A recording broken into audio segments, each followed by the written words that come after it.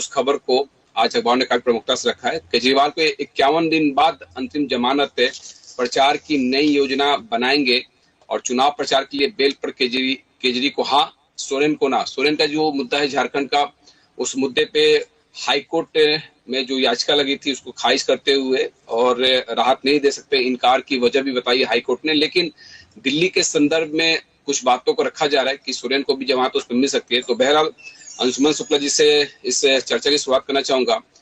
दिल्ली में चुनाव होने वाले हैं लोकसभा के, उसके ठीक पहले ये जो अंतरिम जमानत मिली है, इससे आपको कितनी बड़ी ताकत मिली है अंशुमन जी? एक बार फिर से रिपीट कर दीजिए, मैं थोड़ा सा ब्रेक हुई आवाज। चलिए, दिल्ली के शराब घोटाले और झारखंड के भूमि घोटाले को लेकर आज अखबारों ने काफी प्रमुखता से खबर रखी है और सुप्रीम फैसला आया है। चुनाव प्रचार के लिए बेल पर केजरी को हाँ मिला है, ये इस हेडलाइंस के साथ आज अखबारों ने खबर रखी है। देखिए, मैं इतना ही कहना चाहूंगा कि सुप्रीम कोर्ट ने जिस तरीके से अंतरिम जमानत दी है वो सशर्त दी है। केजरीवाल के लिए, आम आदमी पार्टी के लिए जिस प्रकार की प्रचार से रिलेटेड और मुख्यमंत्री कार्यालय ना जाना, सचिवालय ना जाना, फाइलों को सिग्नेचर ना करना, ये सशर्त सुप्रीम कोर्ट ने रखा है। इन 5 शर्तों के साथ में दिया है उन्होंने, और ये सुर्खियों के लिए ही है, केवल आपको चुनाव प्रचार के लिए ही है। आपको जो जमानत दी जा रही है वो लोकसभा चुनाव के निमित्त ही दी जा रही है, और इसमें आप किसी भी प्रकार का केस से रिलेटेड कोई भी हस्तक्षेप या फिर कोई भी चीजों को गड़बड़ ना कर पाए। सुप्रीम कोर्ट ने इस बात पे बहुत सख्ती से बात कही है, और 1 जून तक के लिए कहा गया है। तो ये सुर्खियों के लिए इसलिए है, और विपक्ष भी कहीं ना कहीं एकजुट होने के लिए है। और विपक्ष इंडी गठबंधन जो है वो कहीं ना कहीं केजरीवाल को ये देख रहा है कि ये जेल में से आने के बाद में किस प्रकार से सरकार पर हमला करें और कहां कहां चुनाव प्रचार में लगाया जाए। वह बात आती है 7 सीटों की, जो दिल्ली लोकसभा की इलेक्शन की बात है। दिल्ली लोकसभा में जिस प्रकार से आम आदमी पार्टी अपना चुनाव लड़ रही है, वो कहीं ना कहीं केजरीवाल को पंजाब और दिल्ली में सरकार के ऊपर हमला करने के लिए आतुर है। और ये सुर्खियां बता रही हैं, आज की हेडलाइंस जिस तरीके से दी है, आज मैंने देखा अखबार में सीएम केजरीवाल को सुप्रीम कोर्ट ने दी अंतरिम जमानत। ये एक बड़ी उपलब्धि आम आदमी पार्टी के लिए हुई है इन लोकसभा चुनाव में।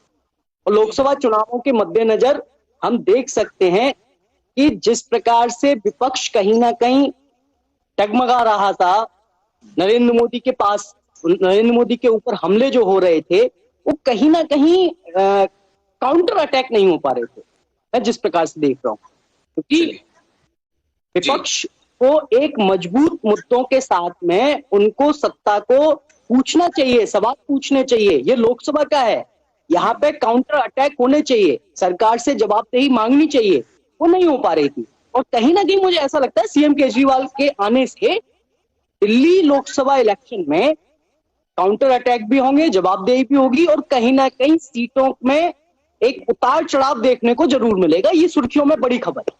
चलिए, खबरों में भी उतार चढ़ाव यहाँ पे देखने को मिल रहा है। कुछ खबरों पे ट्विंकल आप प्रकाश डालना चाहेंगे जो दिल्ली के अखबारों ने काफी प्रमुखता से रखा हो? जी सर, अगर आज की बड़ी खबर की बात करें तो केजरीवाल को सुप्रीम कोर्ट से बड़ी राहत मिली। चुनाव प्रचार के लिए सीएम केजरीवाल को सुप्रीम कोर्ट ने रिहाई का आदेश दिया। शुक्रवार दोपहर करीबन 2:30 बजे के आसपास जज ने सीट पर बैठने के साथ लगभग 5 मिनट में कुछ 5 शर्तों को रखते हुए 1 जून तक केजरीवाल को अंतरिम जमानत देने का फैसला सुनाया। वे शाम तकरीबन 7 बजे तिहाड़ से बाहर आ गए थे। बाहर आते ही उन्होंने कहा कि जो लड़ाई मैंने शुरू की है वो जारी रहेगी। न्यायमूर्ति संजीव खन्ना और न्यायमूर्ति दीपांकर दत्ता की पीठ ने फैसले में कहा कि आप नेता को 2 जून को आत्मसमर्पण करना होगा। कोर्ट ने ईडी की उन दलीलों को ठुकरा दिया जिसमें कहा गया था कि केजरीवाल को प्रचार के लिए अंतरिम जमानत देना मतलब कि आम लोगों की तुलना में राजनेताओं का अधिकार को ताज देना। जमानत की 5 शर्तें रखी गई, उनमें से उच्चतम न्यायालय ने मुख्यमंत्री केजरीवाल के दिल्ली सचिवालय जाने पर रोक लगाई। जमानत की शर्त के अनुसार सीएम अपने दफ्तर भी नहीं जा सकते। धन शोधन मामले में केजरीवाल को उनकी कैट भूमिका पर टिप्पणी ना करने का आदेश दिया गया। शीर्ष अदालत ने इस मामले में जज किसी भी गवाह से बातचीत करने का निर्देश दिया। निर्देश के अनुसार किसी भी आधिकारिक फाइल तक उनकी पहुंच नहीं होगी। ऐसे 5 शर्तें जो हैं वो रखी गई। वहीं मनी लॉन्ड्रिंग केस में हेमंत सोरेन को राहत नहीं मिली। धन शोधन मामले में जेल में बंद झारखंड के पूर्व सीएम हेमंत सोरेन चुनाव प्रचार नहीं कर सकेंगे। शीर्ष अदालत ने शुक्रवार को सोरेन को अंतरिम जमानत पर रिहा करने की मांग को ठुकरा दिया।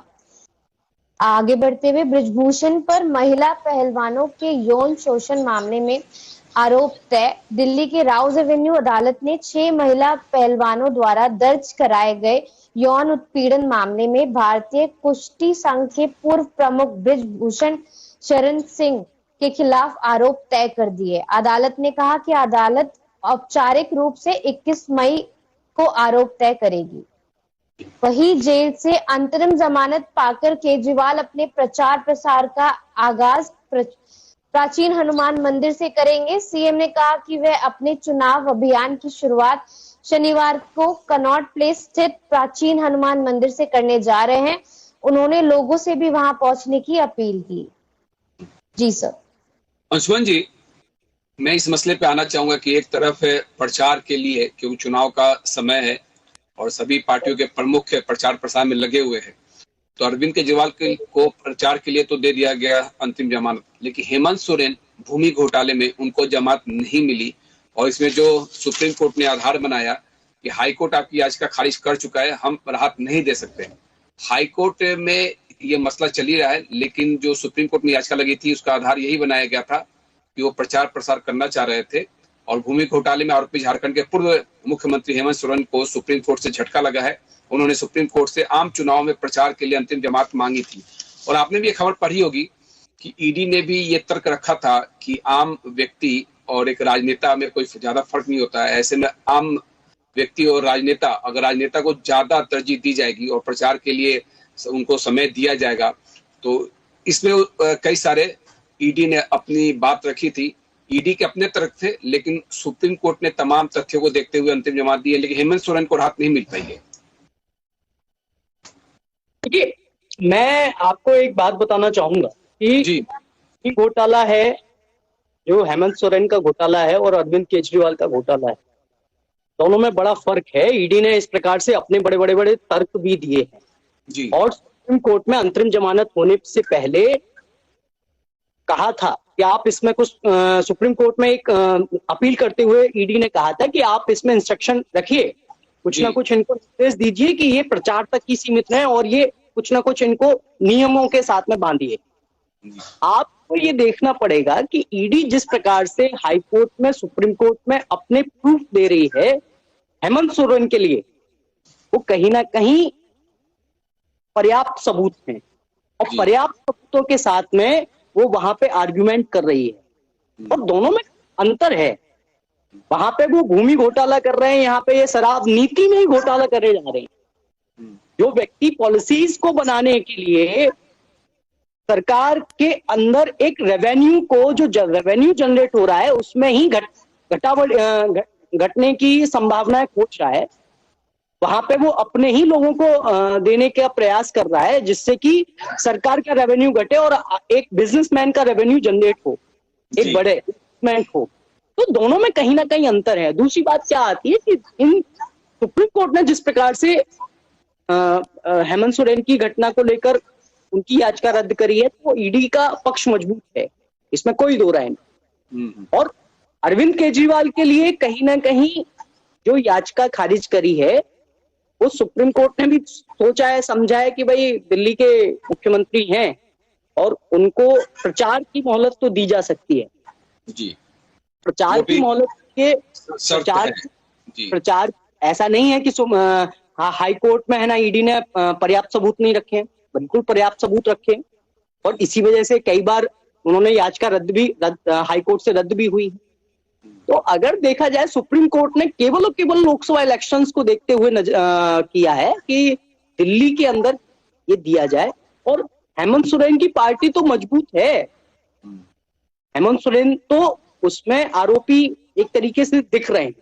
चलिए अंशुमन जी, एक बात और आना चाहूंगा कि आज से प्रचार प्रसार की शुरुआत जिस तरह से अरविंद केजरीवाल करने जा रहे हैं कनॉट प्लेस स्थित प्राचीन हनुमान मंदिर से, आपको नहीं लगता कि हिंदू वोट बैंक को साधने के लिए इस तरह के प्रचार प्रसार की शुरुआत होती है? बहरहाल इन दिनों आप कल का स्टेटमेंट देखिए जी, सुप्रीम कोर्ट से आदेश आता है कि रिहाई के ऑर्डर होते हैं, और दूसरी बात में वो पहला स्टेटमेंट अरविंद केजरीवाल देते हैं कि हनुमान जी की कृपा है जी। तो हम इसको सनातनी समझने का प्रयास कर रहे हैं कि एक राजनेता में जो राम मंदिर के विरुद्ध बोलते थे, कभी कभी उनकी पार्टी कभी कभी बयान देती थी, जो इतने बड़े आयोजन में इतने बड़े राम मंदिर के फंक्शन में, राम मंदिर के इवेंट में, वहां पे उनके पास समय नहीं निकल पाया, और वो हनुमान जी की कृपा बता रहे हैं और लोकसभा इलेक्शन में इस प्रकार का एक चर्चित होने जैसा बयान दे रहे हैं, जिससे कि वो अपने को दिखा रहे हैं कि मैं बहुत बड़ा सनातनी हूं जी। ये दो तरफा राजनीति, शब्दों का ताना बाना जिस प्रकार से अरविंद केजरीवाल बुन रहे हैं, दिल्ली की जनता और इस देश के अंदर जो यूथ है, जो पढ़ा लिखा यूथ है, वो समझ रहा है वोट करने से पहले आपके हर शब्द को कसौटी पर कसेगा और अपना वोट करेगा। एक खबर और जो मैं आना चाहूंगा, जिसमें आज अखबारों ने ये रखा है कि हिंदुत्व से संबंधित जो बातें हिंदू निकल के सामने आ रही है। आप देखिए, एक तरफ की लोकसभा के समर में मोदी लगातार प्रचार प्रसार कर रहे हैं, और पीएम की जो तेलंगाना में सभा हुई है उसकी कुछ बातों का जिक्र करना चाहूंगा। हिंदू विरोधी कांग्रेस को देश की फिक्र नहीं है, ये पीएम मोदी का कहना है। वही यूपी में जब प्रचार प्रसार कर रहे थे राहुल गांधी, तो उन्होंने कहा ये मेरी गारंटी, अब मोदी पीएम नहीं बनेंगे। ये राहुल ने कहा है कि ये मेरी गारंटी है कि पीएम नहीं बनेंगे। तो राहुल के पास क्या तर्क है वो गारंटी दे रहे हैं कि इस बार पीएम नहीं बनेंगे मोदी? देखिए, मुझे तो ये है ना, कभी कभी एक हास्यास्पद लगता है और इस पर हंसी आती है कि राहुल गांधी किस प्रकार से अपने तर्कों को पटल पर रख रहे हैं जी, और जनता के सामने इस बात को कैसे कह रहे हैं। बहुत सारे सर्वे ने एनडीए को बहुमत आते हुए दिखाया जा रहा है, और हम कहीं ना कहीं देख रहे हैं कि कांग्रेस के अंदर जो भागम भाग लगी हुई है, जो सीटों को मतलब चुनाव लड़ने के लिए आपके ऐसे ऐसे उम्मीदवार, जो प्रवक्ता जो टीवी पर आकर बोलते थे, वो अपनी टिकट देकर है ना वापस जा रहे हैं, आपकी पार्टी छोड़ रहे हैं, और राहुल गांधी जनता के सामने जाकर कह रहे हैं कि पीएम मोदी नहीं आने वाले हैं। इस बात को थोड़ा सा समझना चाहिए, हकीकत क्या है और पार्टी में कितनी स्टेबिलिटी है, उसको भी जरा नजरअंदाज मत करिए। ये समझने एक और मसले पे आना चाहूंगा। हिंदुत्व की राह पे जिस तरह से बीजेपी अपने गढ़ों को मजबूत कर रही है, क्योंकि राजनीतिक विश्लेषक ये भी मानते हैं कि पिछला जो 2019 का चुनाव था, हिंदी पट्टी के सीटों पे बीजेपी काफी टॉप पोजीशन पे है, मतलब वहां सैचुरेशन है। लिहाजा बीजेपी लगातार साउथ के राज्यों पे, जहां हिंदू वोट बैंक काफी मजबूत स्थिति में, वहां पे फोकस कर रही है। तेलंगाना के बात का जिक्र इसलिए करना चाहूंगा, तेलंगाना हो गया, आंध्रा हो गया, कर्नाटक हो गया, वहां पे जो बीजेपी ने स्ट्रेटजी अपनाई है, और खासतौर पे अगर जहां पे 2019 में बीजेपी को हार मिली थी, अब वही बीजेपी गेम चेंजर साबित करना चाह रही है। 70% हिंदू आबादी वाले कुछ क्षेत्रों में बीजेपी मजबूती के साथ उभर के सामने आई है। कुछ बीआरएस के जो कैंडिडेट थे वो अब बीजेपी में है। खासतौर पे एक सीट का काफी जिक्र हो रहा है, जहीराबाद में पहली बार जीत की उम्मीद है बीजेपी को। इस तरह की कई सारी सीटें हैं दक्षिण भारत में जो बीजेपी के लिए राह आसान करेगी। अंशुमन जी, मैं इसी एक बात को कहूंगा जी। आप हिंदुत्व की बात करी, और साउथ के अंदर जिस प्रकार से दक्षिण भारत में मुस्लिम और हिंदू जी यहाँ पर जिस प्रकार से बटा हुआ है, और वहां पे पार्टियां किस प्रकार से उनका शोषण करती हैं, दोहन करती हैं, इस बात को समझने की आवश्यकता है। भारत हिंदुत्व हिंदुत्व भारत की एक तरीके से आत्मा कह लीजिए, और ये यहाँ की संस्कृति है। भारत के अंदर कोई भी नागरिक है, उसको किस प्रकार से जीना है वो उसकी संस्कृति बताती है। तो हिंदुत्व एक संस्कृति हो गई। अब बात आते हैं वोटर की। हिंदुत्व और हिंदुत्व के आधार पे किस प्रकार से है ना भारतीय जनता पार्टी चीजों को ठीक कर रही है, या मुस्लिम किस प्रकार से अपने इस्लाम को लेकर आगे बढ़ रहे हैं। ये अलग अलग वर्गलाने की भी बातें हैं, और समझने की भी बात ये है कि दक्षिण भारत के अंदर, चाहे तेलंगाना हो, चाहे वो हैदराबाद की सीट हो, चाहे किसी भी प्रकार के जहां पे 70% हिंदू और 30% मुस्लिम, भाई क्यों ना हो। आप एक लंबे अरसे से, हैदराबाद की बात कर लेता हूं, जिस प्रकार से नवनीत राणा का स्टेटमेंट आता है, उसके बाद में हैदराबाद की माधवीलता ने एक तरीके से मोड़ने का प्रयास किया। यही है, कोई वर्गलाने की कोशिश करता है तो कोई साधने की कोशिश करता है। राजनीति के अंदर बहुत अच्छे से हो रहा है। और आप केवल हिंदुत्व पे आवाज उठाएंगे क्या? मुस्लिम नेता इस प्रकार से नहीं करते हैं क्या? अकबरुद्दीन ओवैसी नहीं करते हैं क्या? आप ये बात क्या कहेंगे कि जब लालू यादव सरीखे जैसे नेता मुस्लिम आरक्षण की पैरवी करें? मैं एक वही वाली बात कहना चाहूंगा कि आपकी ही कही हुई बातों को अगर दोहराया जाए तो आपको दिक्कत होती है, और आप कहने लगते हैं कि हिंदू मुस्लिम होने लगा है। जी, भारतीय जनता पार्टी, अगर सही पॉइंट ऑफ व्यू देखता हूं तो वो शुरू से लेके आज तक अपने हिंदुत्व के मॉडल पर, अपने हिंदुत्व की आइडियोलॉजी पर बरकरार है। और क्यों ना हो, बिल्कुल होनी चाहिए। आपको एक स्टेबिलिटी होनी चाहिए, दोहरापन नहीं होना चाहिए कांग्रेस की तरीके से कि गए तो अजमेर में शरीफ मत्था टेक लिया और शिवालय पे गए तो भस्म रगड़ ली। लेकिन इन दिनों आरक्षण को लेकर बहुत सी बातें हो रही है अंशुमन जी। मैं सर वही वाली बात कहना चाहूंगा कि नरेंद्र मोदी जिस प्रकार से विकास और सर्वजन हिताय की बात कर रहे हैं, वो सर्व समाज में जा रहे हैं, हर वर्ग में जा रहे हैं, लेकिन उनकी आइडियोलॉजी, उनका हिंदुत्व दर्शन वो अपने आप पे तटस्थ है जी। ये विपक्ष ये नहीं समझ पा रहा है कि हम नाटक करें या आइडियोलॉजी पे काउंटर अटैक करें या मोदी पे अटैक करें। आप किसी पर अटैक मत करिए, आप अपनी पार्टी के आइडियोलॉजी को सही करिए, उस पर तटस्थ रहिए, चुनावी मुद्दों पर नजर दीजिए, जनता की जो डिमांड है उस पे बोलिए। चलिए, एक आपने तेलंगाना का जिक्र किया, आंध्र का जिक्र किया, मैं महाराष्ट्र पे आना चाहूंगा।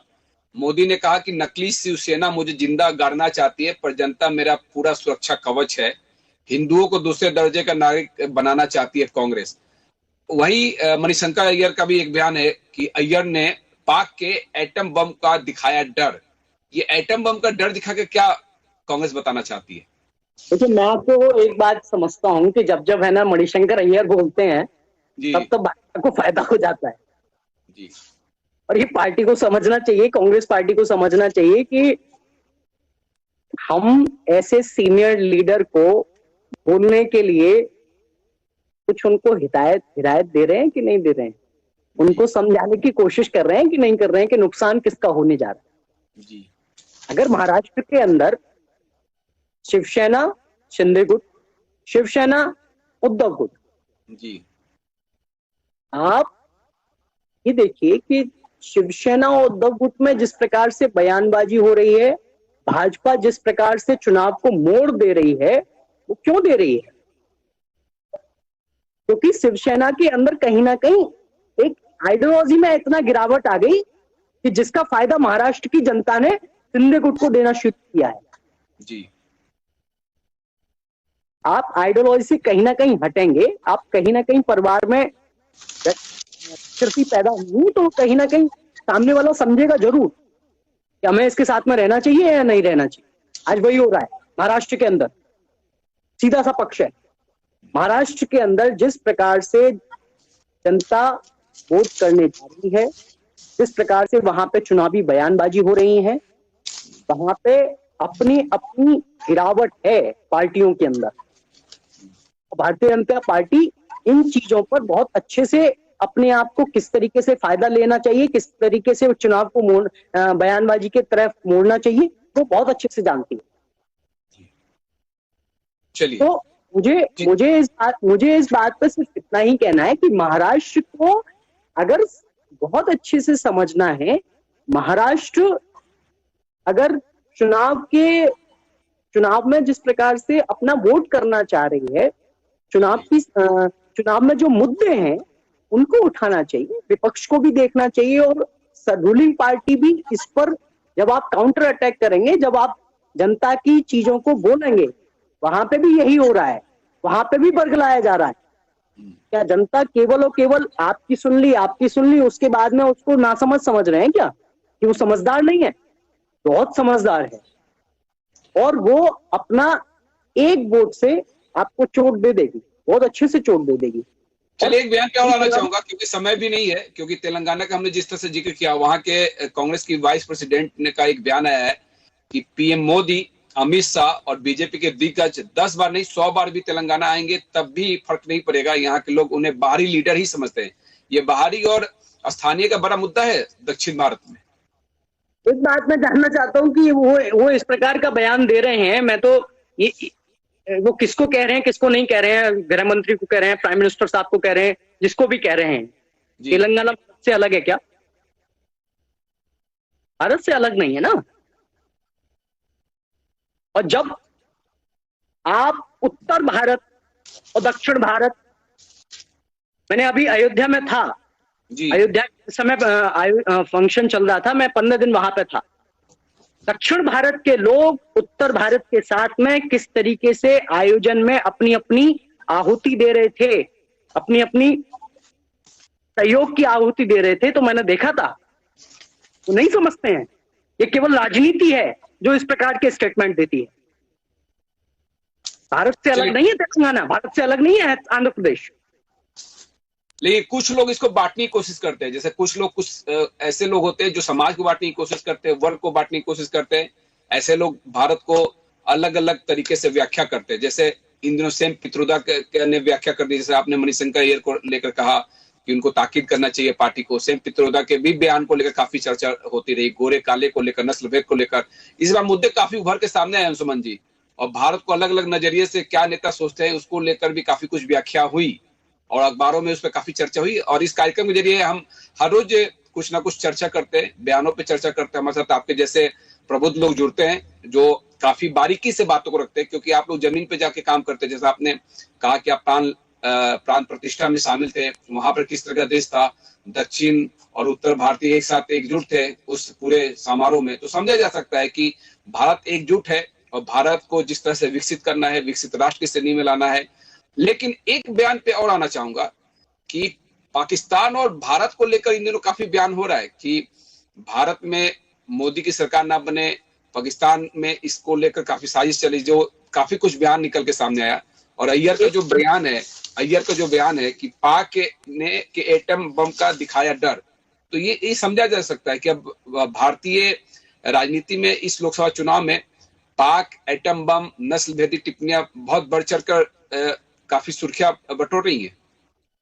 अंशुमन जी, देखिए सर, मैं तो क्या कहूं, मणिशंकर अय्यर के स्टेटमेंट को लेकर क्या कहूं, इसके अंदर बढ़ाने वाली आइडियोलॉजी को जिस प्रकार से चल रहा है उस पर क्या कहूं।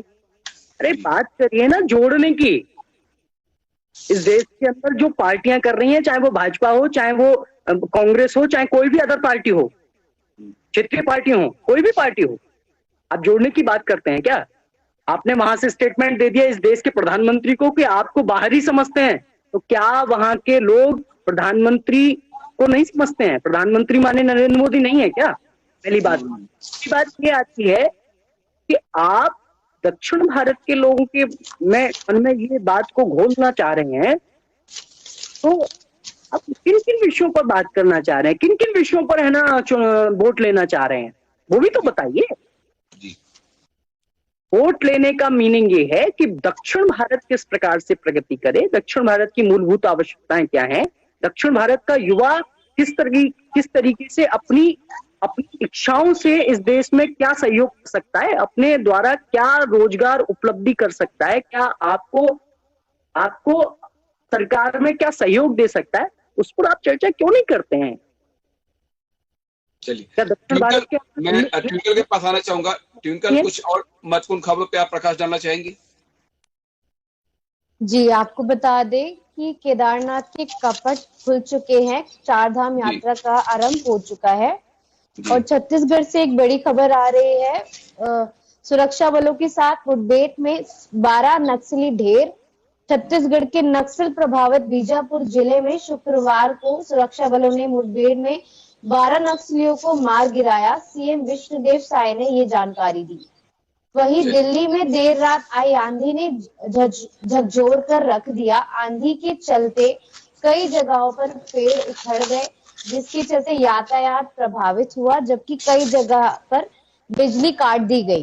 पालम केंद्र में हवा की रफ्तार 92 किलोमीटर प्रति घंटा तक की रही। रायपुर की बात करें, राज्यपाल डॉक्टर रामशंकर कुरील को कुलपति पद से हटाया। महात्मा गांधी उद्यानिकी और वानिकी विश्वविद्यालय में नई नियुक्ति। पेंड्रा में छात्र से दुष्कर्म, जिला में छात्रा दुष्कर्म की वारदात। हिंदुओं की घटती संख्या पर डिप्टी सीएम का बयान, डेमोग्राफिक चेंज होना बहुत बड़ी घटना है, ऐसा विजय शर्मा जी ने कहा है। झारखंड दौरे पर वापस लौटे सीएम विष्णुदेव साय, झारखंड में पीएम साय ने किया प्रचार। जी। पुलिस नक्सली मुठभेड़, डिप्टी सीएम का बयान, बातचीत के आधार पर निकलना चाहिए हल। बीजापुर में वही 12 नक्सली ढेर, गंगालूर में। चलिए, समय कमी है, मैं चलते चलते एक डेमोग्राफिक जो बदलाव हो रहा है अंशुमन जी, काफी चर्चा का विषय बना हुआ है। सॉरी, एक बार फिर से रिपीट करिए। डेमोग्राफी बदलाव जो हुआ है, हिंदुओं की संख्या जो घटी है, जिसपे डिप्टी सीएम छत्तीसगढ़ का बयान आया, ये चिंता का विषय है।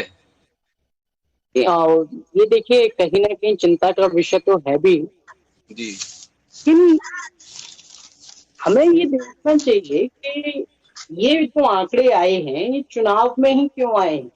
मेरा ये बहुत एक ऐसा प्रश्न है जो कहीं ना कहीं देश की राजनीति में मोड़ लाने का काम कर रहा है और ध्रुवीकरण का काम कर रहा है, वोट को बांटने का काम कर रहा है। ये चिंता का विषय है, मैं इस बात पर बिल्कुल एग्री करता हूं। लेकिन आप इस बात को, ये रिपोर्ट पहले भी आ सकती थी, ये रिपोर्ट 4 जून के बाद भी आ सकती थी, और इस पर एक कोई ना कोई कमेटी बनाकर इसकी कोई ना कोई इन्वेस्टिगेशन ली जा सकती थी, उसकी भी रिपोर्ट की जा सकती थी कि इसके मुख्य मुख्य कारण क्या हैं। इस रिपोर्ट में कारण भी आए होंगे, लेकिन हमें ये समझना चाहिए कि ये जो रिपोर्ट आ रही है, ये जो आंकड़े आ रहे हैं, वो आज चुनावी माहौल में ही आना चाहिए क्या? ये चिंता का विषय है कि हिंदू आबादी घट रही है, ये चिंता का विषय है कि ये कहीं ना कहीं एक अंदरूनी माइंड सेट करने की आइडियोलॉजी तो नहीं बन रही है? मुस्लिम आबादी का बढ़ना, हिंदू आबादी का घटना, ये चिंता का विषय है। चलिए, तो अखबारों की सुर्खियों में तमाम खबरों पे हमने चर्चा की, जो खबर प्रमुखता से आज अखबार में बनी हुई थी। चर्चा में हमारे साथ में शामिल थे राजनीतिक विश्लेषक अंशुमन शुक्ला जी और साथी ट्विंकल सोनोरिया, दिल्ली संवाददाता। आप दोनों का मैं बहुत बहुत धन्यवाद करना चाहूंगा इस खास चर्चा में शामिल होने के लिए। साधना न्यूज़पेपर खबरों का सिलसिला जारी रहेगा। Back to studio. Thank you. नमस्कार।